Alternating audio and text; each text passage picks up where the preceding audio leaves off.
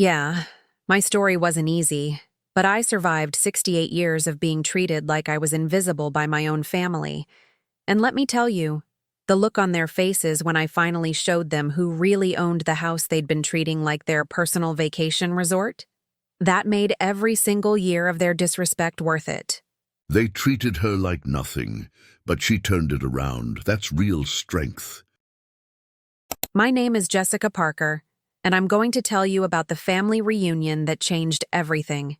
But first, let me take you back to where it all started, because you need to understand how I ended up being the family doormat for most of my life. I was born in 1956, the middle child of 5 kids in a working-class family in Ohio. My parents, Robert and Mary, had their hands full with my older brothers Jack and Tommy, and my younger sisters Linda and Susan. Being right in the middle meant I learned early on how to fade into the background. Jack and Tommy got attention for being the boys who would carry on the family name.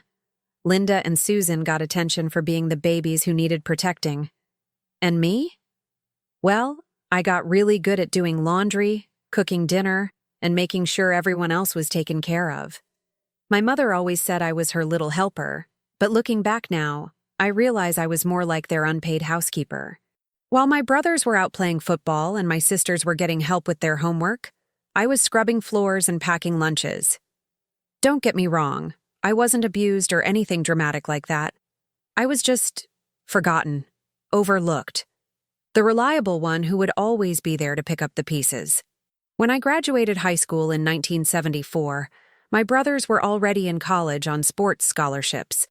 My parents had saved up enough money to send Linda to nursing school, and Susan was only 14, but already showing signs of being the artistic one who would need money for art supplies and classes.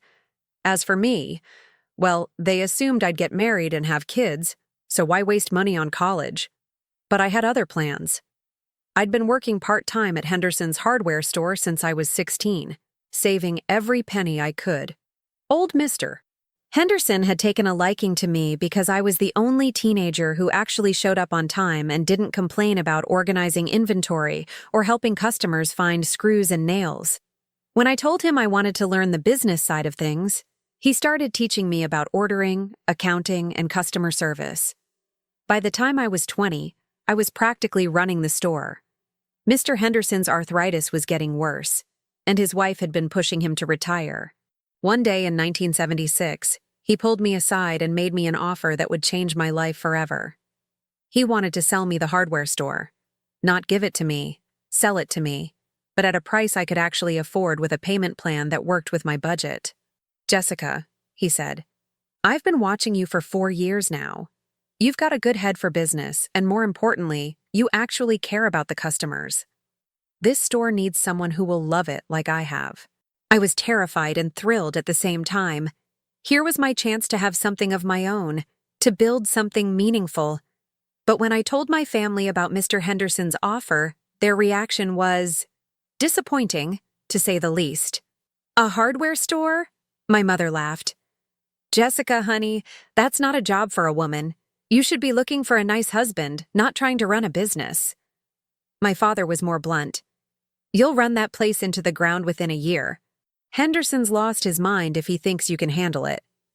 My brothers thought it was hilarious. Jesse running a hardware store? What's next? Becoming a mechanic? Tommy laughed until he nearly choked on his beer. Only my youngest sister Susan seemed genuinely excited for me. I think it's cool, Jesse. You always were the smartest one in the family. Despite their lack of support, I took the leap. I bought Henderson's hardware with a small business loan and my savings. The first few years were tough, really tough. I was working 16-hour days, learning everything from plumbing supplies to electrical wiring.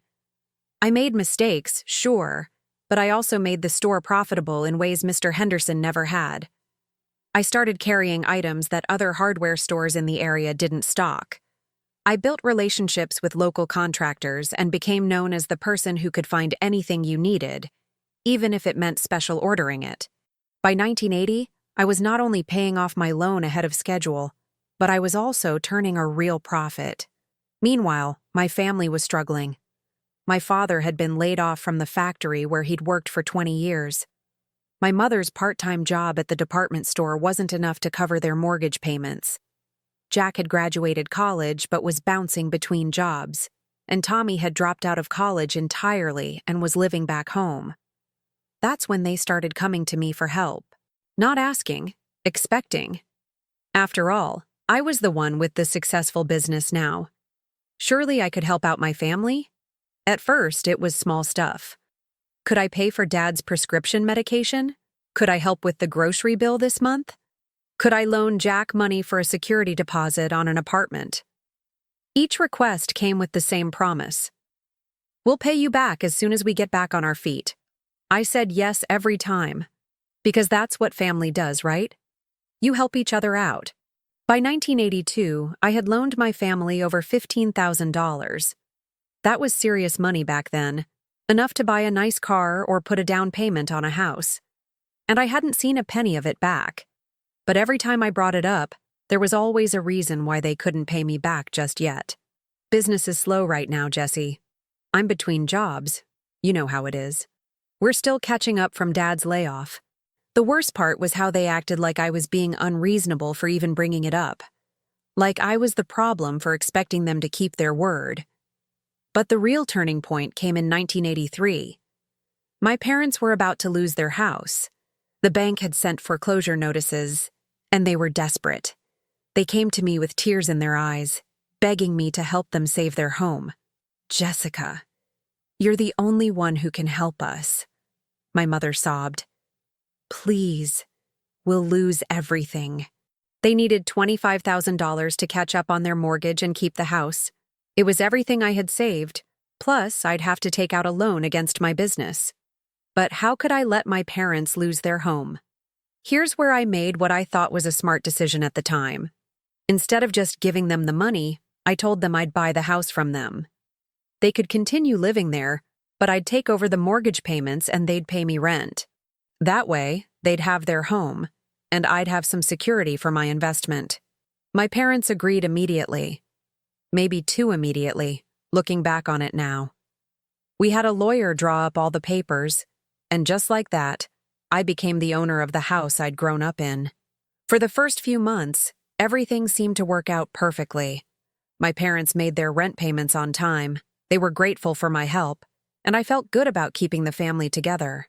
But gradually, things started to change. First, the rent payments started coming late. Then they started coming up short. We're just having a tough month, Jesse. We'll make it up next time. Then my brothers started treating the house like it was still their childhood home. Jack would show up whenever he wanted, raiding the refrigerator and doing his laundry.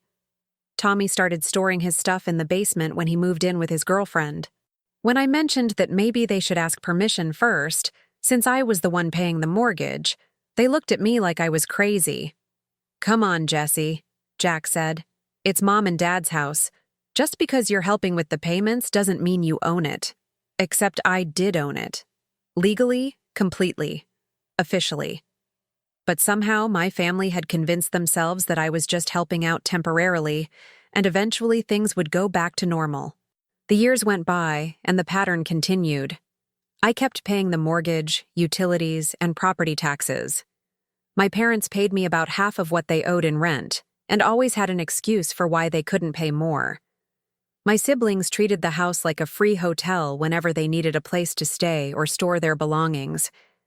I kept telling myself it was temporary, that eventually they'd get back on their feet and either buy the house back from me or find somewhere else to live. But deep down, I was starting to realize that my family had no intention of ever treating me as anything other than their personal bank account. The hardware store kept growing. By the late 1980s, I had expanded to include a garden center and had hired 3 full-time employees. I was making good money, but most of it was going to support my family's lifestyle. The house needed a new roof in 1987. I paid for it. The furnace died in 1989. I paid for it. My parents wanted to remodel the kitchen in 1991. Guess who paid for it? Every time I brought up the fact that these were expenses they should be covering, since they were living in the house, they'd get defensive. We thought you'd want to take care of your investment, my father would say. We're your parents, Jessica. After everything we've done for you, this is how you treat us? That last line always got to me. After everything they'd done for me? What exactly had they done for me? They'd fed me and clothed me as a child, sure, but so had millions of other parents. They'd certainly never supported my dreams or celebrated my successes. But somehow, I was supposed to be grateful enough to bankroll their entire lives? By the time I turned 40 in 1996, I was exhausted. I was working 60-hour weeks at the store, paying for a house I couldn't live in, and supporting a family that treated me like their personal ATM. I'd never married, never had children, never taken a real vacation. My entire adult life had been about work and family obligations. That's when I started setting boundaries.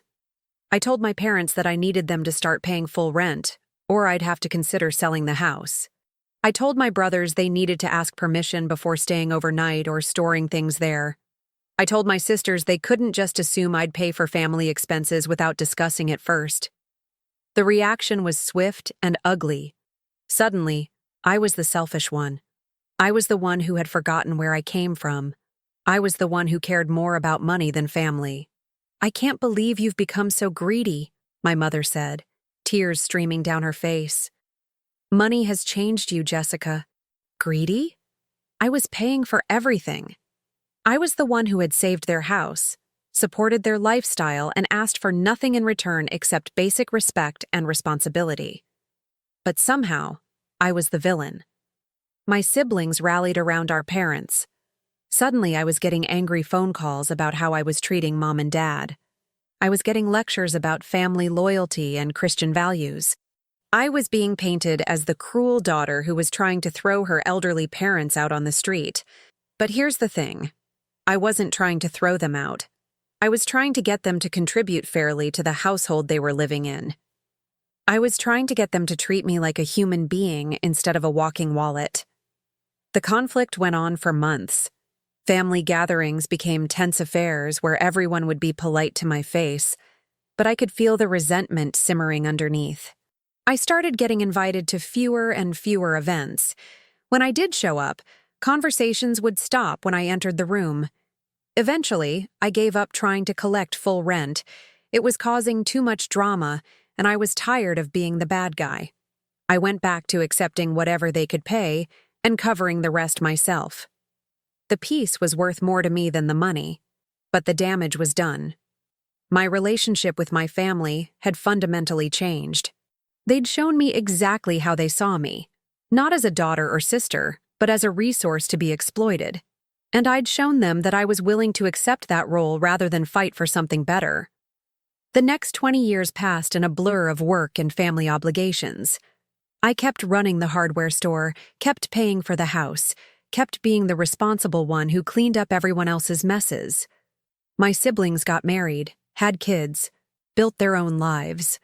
I was the maiden aunt who always had money for birthday presents and Christmas gifts, who could be counted on to help out in emergencies. I told myself I was happy. I had a successful business. I was helping my family. I was being a good person.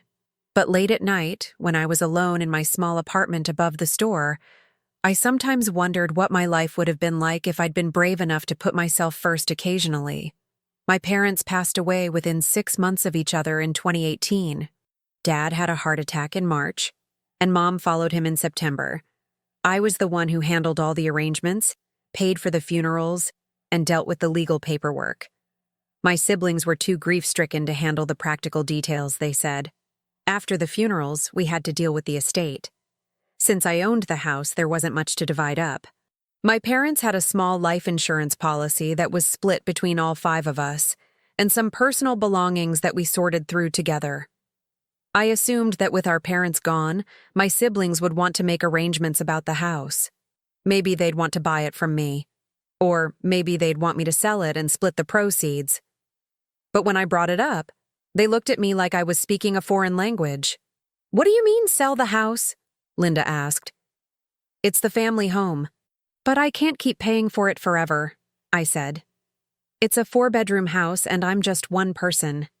It doesn't make sense." "You don't have to live there," Tommy said. "Just keep it in the family. For the grandkids." the grandkids, my siblings' children, who I'd helped support their entire lives, who I'd bought Christmas and birthday presents for, helped pay for school supplies and sports equipment, babysat for free whenever needed. Now I was supposed to maintain a house as some kind of family shrine for them? I think we need to make some decisions about the future, I said carefully. I'm 62 years old. I need to start thinking about retirement. Retirement? Jack laughed. You love that hardware store. You'll probably work there until you're 90. That's when it hit me. They didn't see me as a real person with real needs and dreams. They saw me as a permanent fixture. Someone who would always be there to take care of things, to pay for things, to make sure everyone else was comfortable. I realized that if I didn't change the dynamic now, I'd spend the rest of my life being their safety net. I'd die alone in that apartment above the store, and they'd probably fight over who got to inherit the hardware store and the house. So I made a decision. I was going to retire. I was going to sell the hardware store, move into the house that I'd been paying for since 1983, and finally start living for myself. When I announced my plans at Sunday dinner a few weeks later, you would have thought I'd told them I was joining a cult. You can't sell Henderson's hardware, Susan said. It's been in the family for 40 years. It's been in my family for 40 years, I corrected. I'm not married. I don't have kids. When I die, the store dies with me unless I sell it to someone who can keep it going. But what about the house?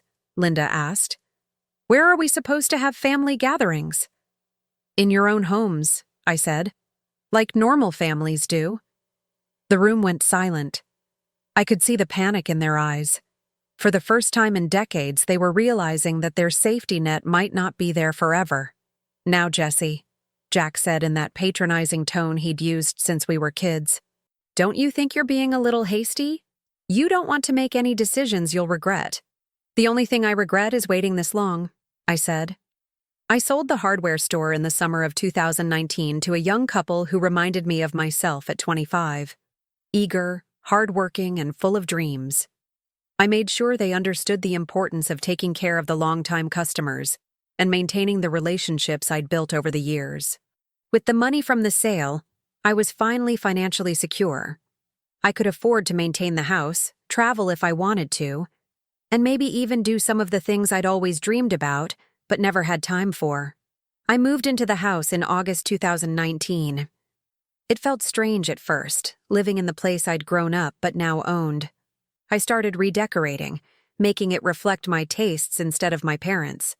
I turned my old bedroom into a home office, converted the basement into a hobby room where I could work on the crafts I'd never had time for, and made the master bedroom my own. My siblings were not happy about the changes. Every time they visited, they'd make comments about how I was ruining Mom's decorating or destroying the family memories. But for the first time in my life, I didn't care what they thought. It was my house, and I was going to make it my home. The first year was actually peaceful. My siblings were adjusting to the new reality, and I was enjoying retirement. I joined a book club, started volunteering at the local animal shelter, and took up gardening. I was finally doing things for myself instead of just working to support everyone else. But then 2020 happened. The pandemic changed everything for everyone, but for my family, it meant they started looking at the house as a refuge again. Linda's husband lost his job, and they were struggling financially. Tommy's business was shut down for months. Jack's kids were doing remote learning and needed space to spread out. Suddenly, everyone needed to use the house again. Could Linda and her family stay for a few weeks while they figured out their finances? Could Tommy store his business equipment in the basement until his shop reopened? Could Jack's kids use the den for their online classes because their apartment was too small? I said yes to all of it, because that's what I'd always done. But I also laid down some ground rules. They needed to ask permission before bringing people over. They needed to clean up after themselves. They needed to respect the fact that this was my home, not a family hotel. For a while, it worked. Everyone was dealing with the pandemic, and we all pitched in to help each other.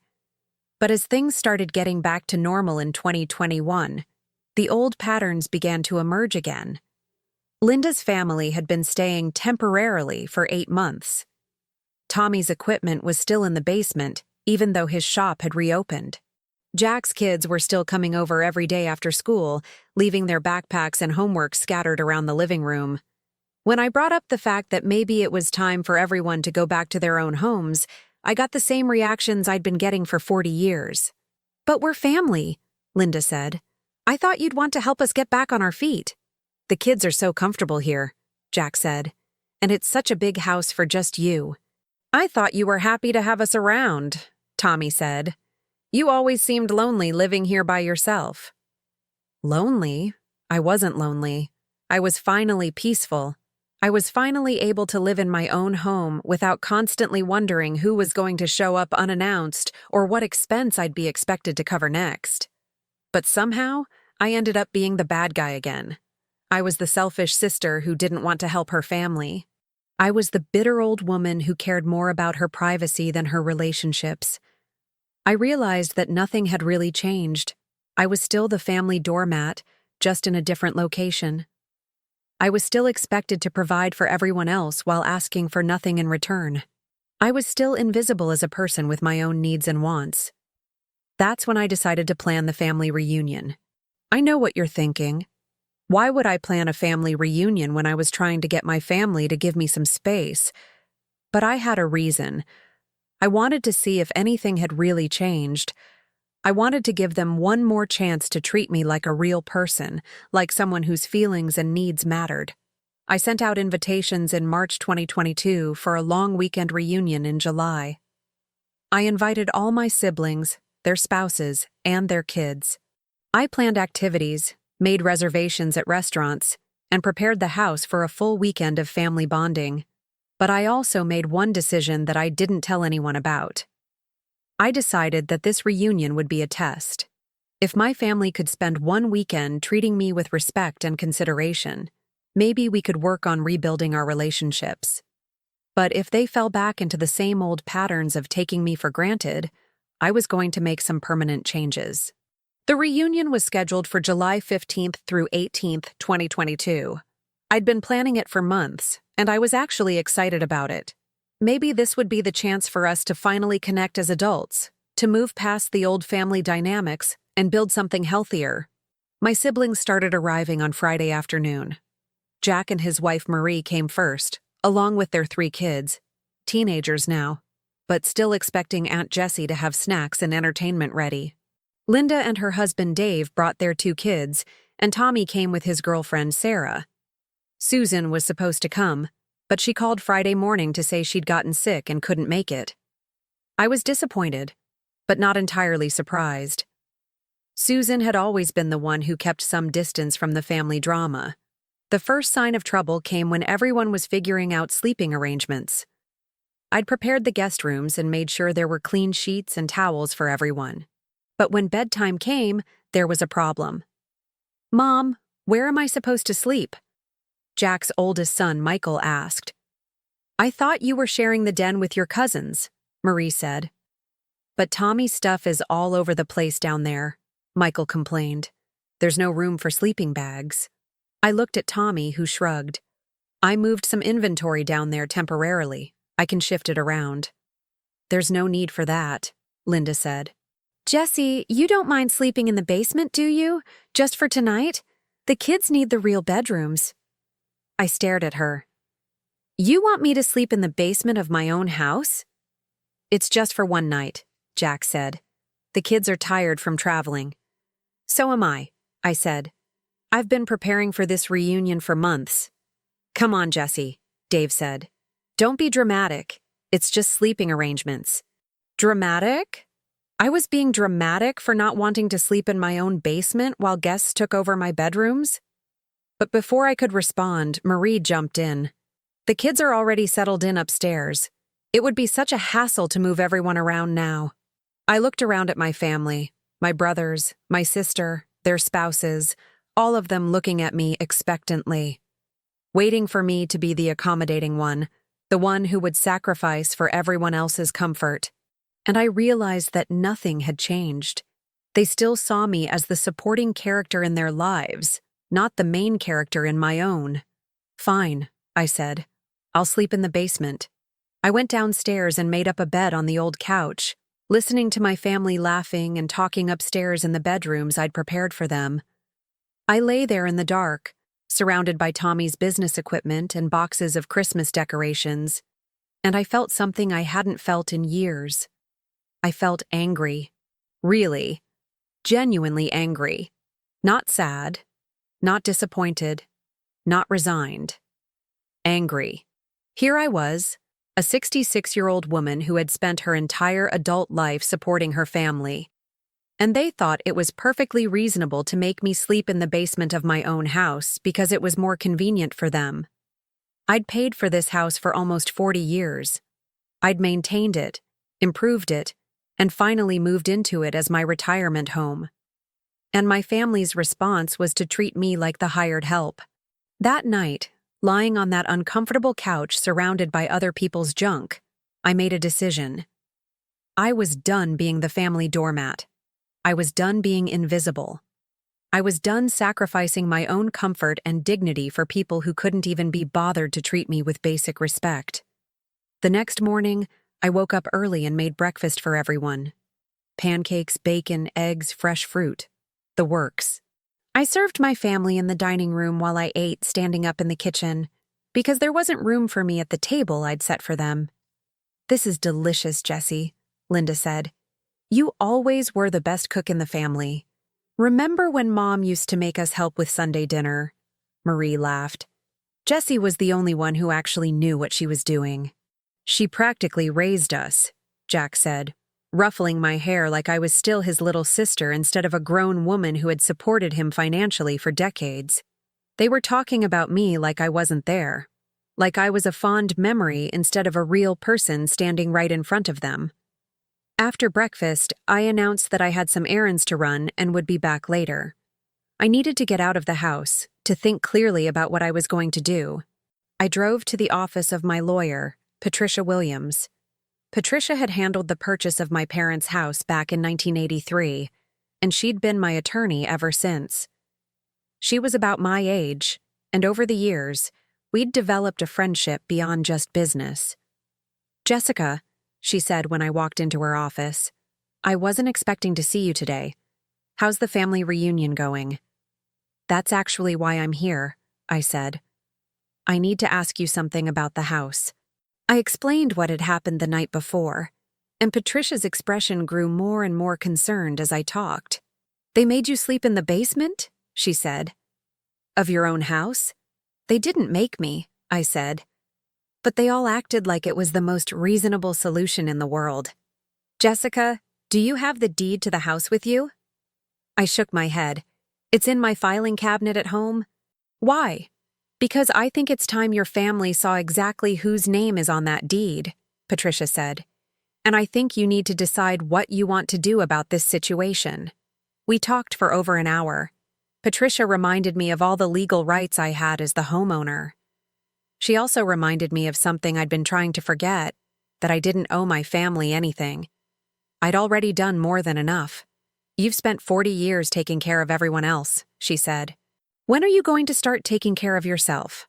I drove home with a copy of the deed in my purse and a plan in my mind. I was going to give my family one more chance to treat me with respect. And if they couldn't manage that, I was going to show them exactly who held the power in this situation. When I got back to the house, my family was lounging around the living room, watching TV and snacking on the food I'd prepared. Nobody asked where I'd been or if I needed help with anything. They just assumed I'd been running errands for their benefit, like I always did. "Jessie, we were thinking about ordering pizza for dinner," Linda said. "Do you have the number for that place we used to order from when we were kids?" "I can cook dinner," I said. "I've got steaks in the freezer." "No, don't go to all that trouble," Jack said. "Pizza's easier." Easier for whom? I had been planning to cook a nice dinner for my family, but they'd rather have pizza because it was easier for them. "Whatever you want," I said. We ordered pizza, and once again, I found myself eating standing up in the kitchen while my family occupied all the seats in the dining room. When I suggested we could bring in chairs from the deck, Tommy said, "You don't mind, do you? You eat so fast anyway." I ate so fast because I'd spent my entire life grabbing meals between tasks, between serving others, between cleaning up after everyone else. I ate fast because I'd never been invited to sit down and enjoy a meal as part of the family. That evening, we were all sitting around the living room, and Jack's wife Marie started talking about how nice it was to have everyone together in the family home. "It's so important to preserve these traditions," she said. "The kids need to know where they came from." "I love that nothing's really changed," Linda added. "I can still picture Mom and Dad sitting right here." "Well, some things have changed," I said quietly. "I live here now." "Of course you do," Dave said. "But it's still the same house, same memories." "Same everything," Tommy agreed. "It's like time stopped." That's when I realized they didn't see me as the homeowner. They saw me as the caretaker. In their minds, this was still Mom and Dad's house, and I was just the person who kept it running. They had no concept that I might have my own vision for the house, my own right to make decisions about it. The breaking point came Sunday morning. I was in the kitchen making coffee when I heard a crash from upstairs, followed by shouting. I ran up to find Jack's youngest son, Peter, standing in the hallway holding a broken picture frame. "I'm sorry, Aunt Jessie," he said, tears in his eyes. "I was just trying to move it so I could plug in my game." It was a picture of my parents that had been hanging in the same spot for 20 years. The frame was antique, something my mother had treasured. But more than that, it was in my house. And this kid had broken it without even asking if he could move it. "It's okay, sweetheart," I said, because it wasn't his fault. Accidents happen. But Jack, who had come to see what the noise was about, said, "Peter, you need to be more careful with Grandma's things." Grandma's things, not Aunt Jessie's things. Not the things that belonged to the person who owned the house and had been taking care of these things for 40 years. "Dad, I said I was sorry," Peter said. "It's fine," Jack said. "Aunt Jessie knows you didn't mean it." And then he walked away, leaving me to clean up the broken glass and comfort the crying child. I was kneeling on the floor, picking up pieces of broken frame, when I felt something snap inside me. Not break, snap, like a rubber band that had been stretched too far for too long. I stood up, walked to my bedroom, and pulled out the filing cabinet where I kept all my important documents. I found the deed to the house and held it in my hands for a moment, looking at my name printed clearly in black ink. Then I walked back downstairs, where my family was scattered around the living room, getting ready for the big Sunday dinner I'd planned as the finale to our reunion weekend. "I have something to show you all," I said. They looked up from their phones and conversations, probably expecting me to announce that dinner was ready or ask for help with something. Instead, I held up the deed to the house. "I want everyone to see this," I said. "I want you to read whose name is on this document." Linda looked confused. "Jessie, what are you doing?" "I'm showing you who owns this house," I said, "because I don't think you understand." I handed the deed to Jack, who read it with a frown. "Jessica Parker," he read aloud. "What's your point?" "My point is that this is my house," I said. "Not Mom and Dad's house, not the family house. My house. I bought it from them in 1983, and I've been paying for it ever since." "We know that," Linda said. But nothing," I interrupted. "You made me sleep in the basement of my own house. You broke my belongings and called them Grandma's things. You ate at my table and acted like I was the hired help. You've spent this entire weekend treating me like I'm invisible." The room went silent. I could see them looking at each other, trying to figure out how to respond. "Jessie, you're being oversensitive," Marie said finally. "We're family. We don't need to stand on ceremony." "Oversensitive?" I laughed, but there was no humor in it. "I'm being oversensitive because I want to be treated with basic respect in my own home." "You know what I mean," Marie said. "We've all been together before. We know how things work." "How things work," I repeated. "How things work is that I pay for everything, provide for everyone, and ask for nothing in return." "How things work is that I'm expected to be grateful for the privilege of serving my family. That's not fair, Jack said. We've never asked you to do anything you didn't want to do. You've never asked me to do anything, period, I said. You've just expected it. You've just assumed that I'd always be there, always be willing to give up my own comfort for yours. But we're family, Linda said, and I could hear the confusion in her voice. That's what family does. No, I said. That's what I do. That's what I've always done. But what does family do for me? They couldn't answer that question because the answer was nothing. My family had never sacrificed anything for me. They'd never put my needs before their own. They'd never even considered that I might have needs of my own. I think you're overreacting, Tommy said. So you had to sleep downstairs for one night. It's not the end of the world. You're right, I said. It's not the end of the world, but it's the end of this. I looked around the room at all of them, my siblings, their spouses, their children. 3 generations of people who had benefited from my generosity and given me nothing in return except the expectation that I'd keep giving. I want you all to pack up your things and leave, I said. Today. Jesse, come on, Jack said. Don't be like this. Don't be like what? I asked. Don't be like someone who has had enough of being treated like a doormat. We don't treat you like a doormat, Linda said, but her voice lacked conviction. Really? I said.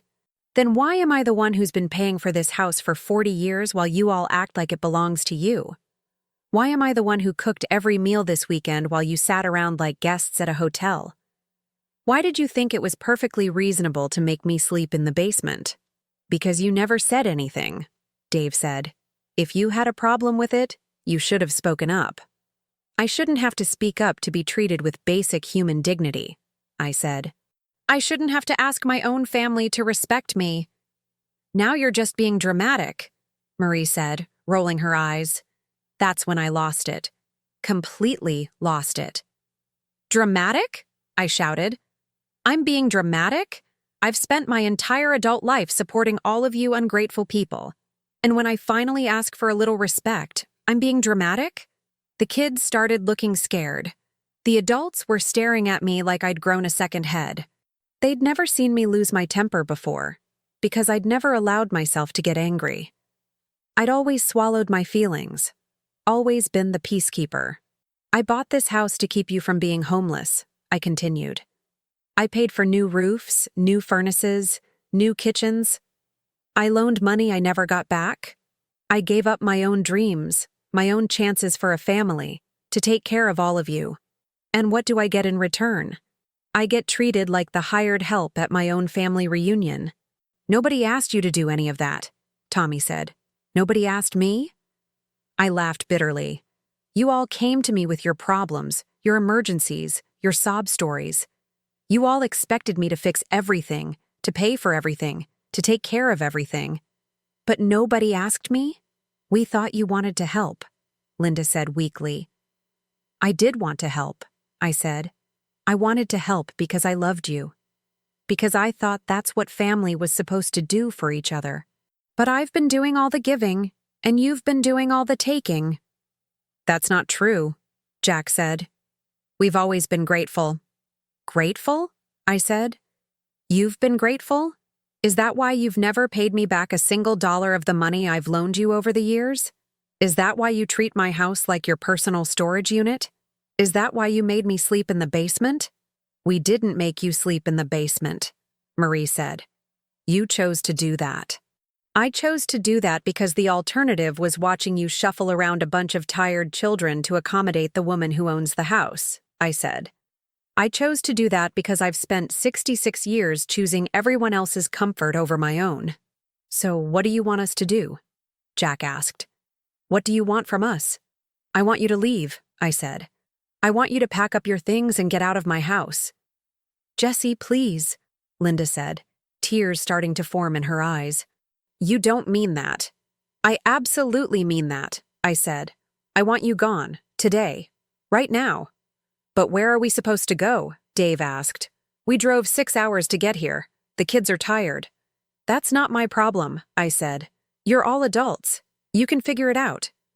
"This is crazy," Tommy said. "You're throwing your own family out over a sleeping arrangement?" "I'm not throwing you out over a sleeping arrangement," I said.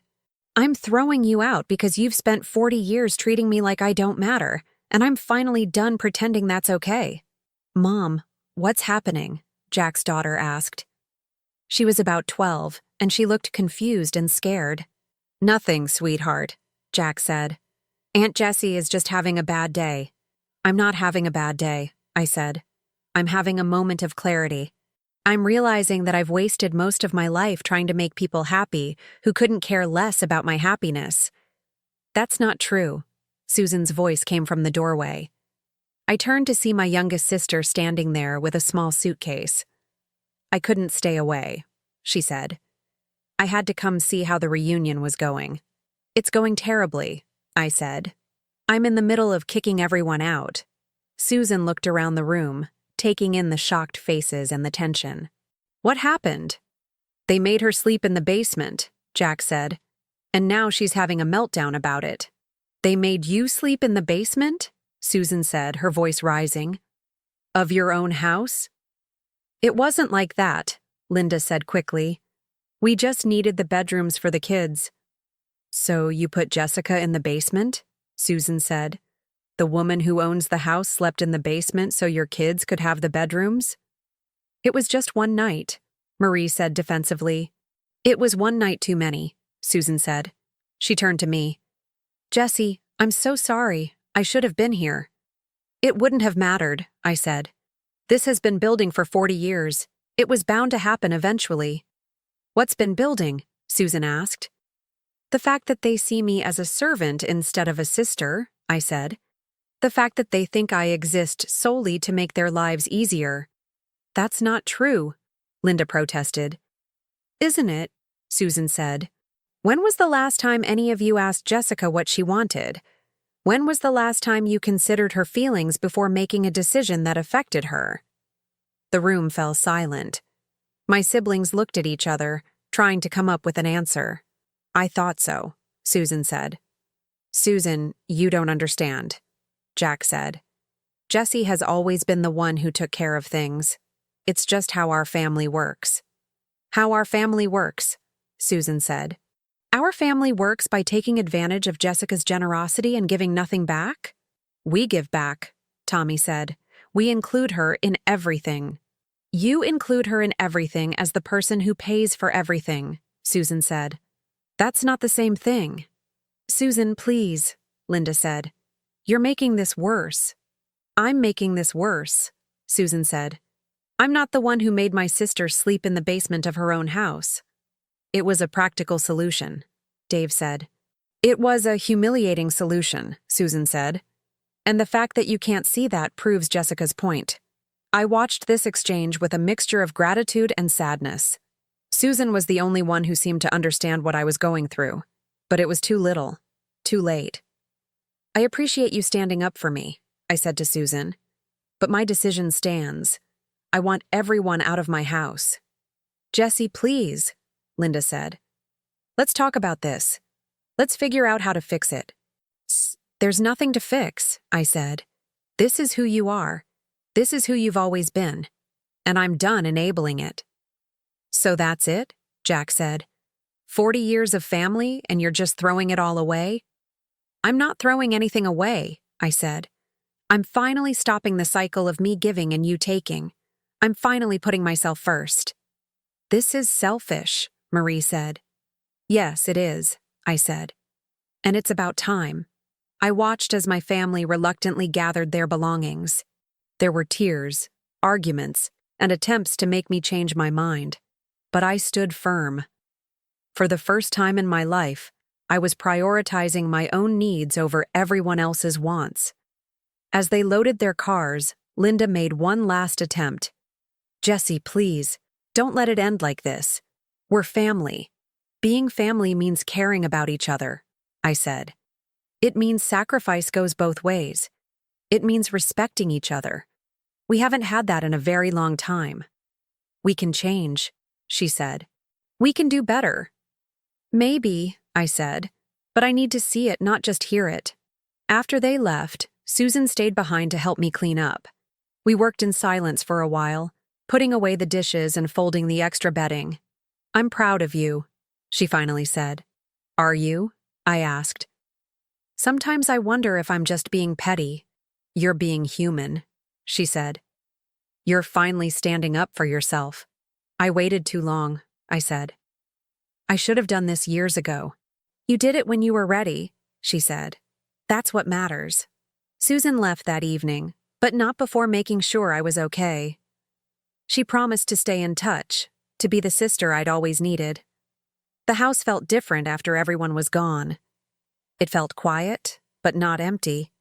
It felt peaceful, but not lonely. It felt like mine. Over the next few weeks, I got exactly what I expected from my family. Angry phone calls about how I'd ruined the reunion. Guilt trips about how I was tearing the family apart. Attempts to make me feel bad for standing up for myself. But I also got something I didn't expect. I got a few sincere apologies. Linda called a week later to say she'd been thinking about what happened, and she realized she'd been taking me for granted. Tommy sent me a card acknowledging that he'd been treating the house like his personal storage unit without considering my feelings.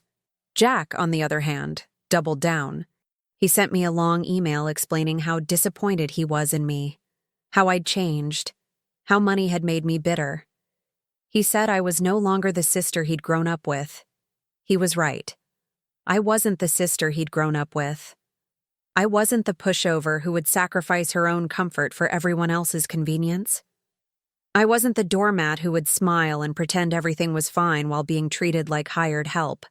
I was Jessica Parker, a woman who had built a successful business, who owned a beautiful home, who had finally learned to value herself.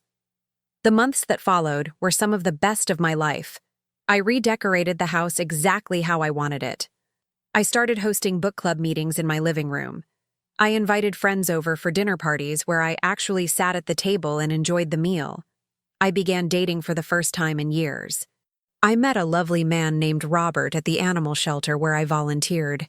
He was a widower, retired, and looking for companionship rather than someone to take care of him.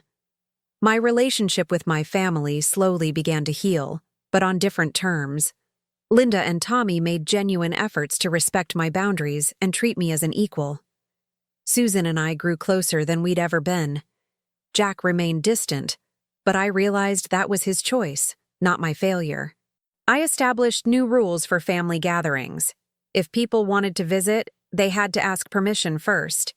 If they wanted to stay overnight, they had to respect my house rules. If they wanted me to cook, they had to help with the preparation and cleanup. Most importantly, I stopped being the family bank. When relatives came to me with financial problems, I sympathized but didn't automatically offer money. I started saying no, and I discovered that the world didn't end when I put my own needs first. Some people might think I was too harsh that day. They might think I should have been more patient, more understanding, more willing to explain my feelings calmly. But I'd been patient for 40 years. I'd been understanding for 4 decades. I'd been calm and reasonable while being treated like I was invisible.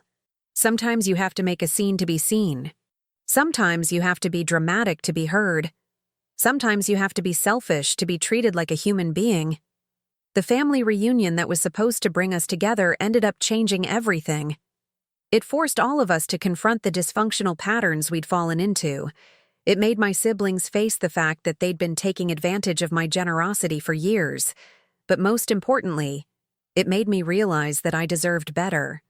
I deserved to be treated with respect and consideration. I deserved to be valued for who I was, not just what I could provide. I'm 72 years old now, and I can honestly say that the last few years have been the happiest of my life. I have a home that feels like mine, relationships that are based on mutual respect, and a sense of self-worth that I never had before. My family is smaller now, but it's healthier. The people who remain in my life are there because they want to be, not because they need something from me. We have dinners together, celebrate holidays, and share our lives, but as equals, not as users and enablers. I still think about that night in the basement sometimes. I think about lying on that uncomfortable couch, surrounded by other people's belongings, feeling invisible and unimportant. But instead of feeling sad about it, I feel grateful. Grateful that I finally reached my breaking point. Grateful that I finally found my voice. That night in the basement was the beginning of my real life. It was the night I stopped being Jessica the doormat and became Jessica the homeowner, Jessica the business owner, Jessica the woman who knew her own worth. It took me 66 years to learn that lesson, but I learned it. And now, when I walk through my house, I don't see the place where I was once made to feel unwelcome. I see the place where I finally learned to put myself first. The deed to the house is framed now, hanging in my living room where everyone can see it. Not because I want to rub it in anyone's face, but because I want to remind myself every day that I own my own life. I make my own decisions. I set my own boundaries. And if someone doesn't like it, they're welcome to sleep in their own basement. Yeah, my story wasn't easy, but I survived 68 years of being invisible, and I finally learned that the most important person in my life should be me. And you know what? That realization was worth every uncomfortable night, every family argument, and every moment of doubt. Because now I know who I am. I'm Jessica Parker, and this is my house. And that's a pretty good place to be.